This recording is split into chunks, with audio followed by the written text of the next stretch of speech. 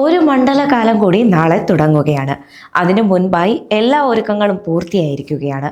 തീർത്ഥാടന കാലത്ത് fitness certificate ഇല്ലാത്ത ഒരു ബസ് പോലും ഉപയോഗിക്കാൻ പാടില്ലെന്ന് ഹൈക്കോടതി KSRTCക്ക് കർശന നിർദ്ദേശം നൽകിയിരിക്കുകയാണ്.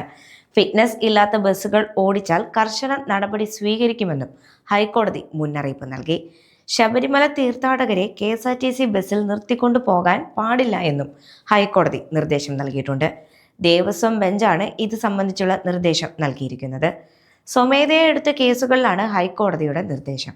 അതുപോലെ തീർത്ഥാടകർക്ക് സുഗമമായ തീർത്ഥാടനം ഉറപ്പാക്കുന്നതിന് സ്വാമി ചാറ്റ്ബോട്ട് എന്ന AI അസിസ്റ്റന്റിനെയും ജില്ലാ ഭരണകൂടം പുതുതായി അവതരിപ്പിച്ചിട്ടുണ്ട്. സ്മാർട്ട് ഫോൺ ഇന്റർഫേസിലൂടെ ആക്സസ് ചെയ്യാവുന്ന സ്വാമി ചാറ്റ്ബോട്ട് ഇംഗ്ലീഷ്, ഹിന്ദി, മലയാളം, തെലുങ്ക്, തമിഴ്, കന്നഡ തുടങ്ങി 6 ഭാഷകളിൽ സമഗ്ര സേവനം ഉറപ്പുവരുത്തുന്നു. നട തുറപ്പ്, പൂജാ സമയം തുടങ്ങിയ ക്ഷേത്രകാര്യങ്ങളും വിമാനത്താവളങ്ങൾ, റെയിൽവേ സ്റ്റേഷനുകൾ എന്നിവയെക്കുറിച്ചുള്ള വിവരങ്ങളും ഭക്തർക്ക് ഇതിലൂടെ ലഭ്യമാകും.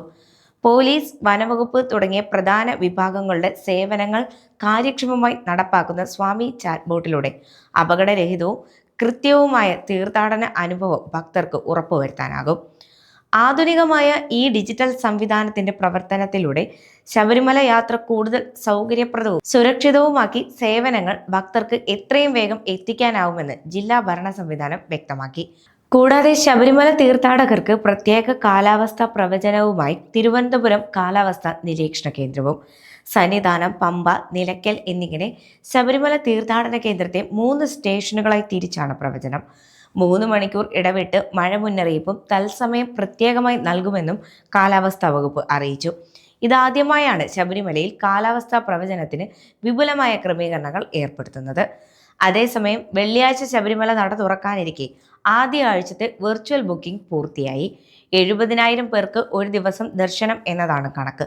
നട തുറക്കും മുമ്പേ ഓൺലൈൻ ബുക്കിംഗ് നിറഞ്ഞിരിക്കുകയാണ്. നിലവിലെ 70,000 ഓൺലൈൻ, 10,000 സ്പോട്ട് എന്ന കാര്യത്തിൽ മാറ്റം വരുത്താൻ സാധ്യതയുണ്ട്. 80,000 ഓൺലൈൻ, 10,000 സ്പോട്ട് എന്ന രീതിയിലേക്കായിരിക്കും മാറ്റിയേക്കാവുന്നത്.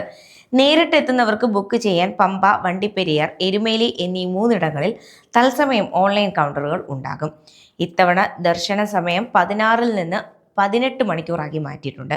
തിരക്ക് കൂടുതലുള്ള സമയത്ത് ഭക്തർക്ക് വിശ്രമിക്കാൻ പമ്പയിൽ കൂടുതൽ നടപ്പന്തലുകൾ സജ്ജീകരിച്ചിട്ടുണ്ട്. അധികമായി 6 നടപ്പന്തലാണ് സജ്ജമാക്കിയിരിക്കുന്നത്. ജർമ്മൻ പന്തലും തയ്യാറാണ്. 8,000 പേർക്ക് പമ്പയിൽ സുരക്ഷിതമായി നിൽക്കാൻ സാധിക്കുമെന്നാണ് പ്രതീക്ഷിക്കുന്നത്.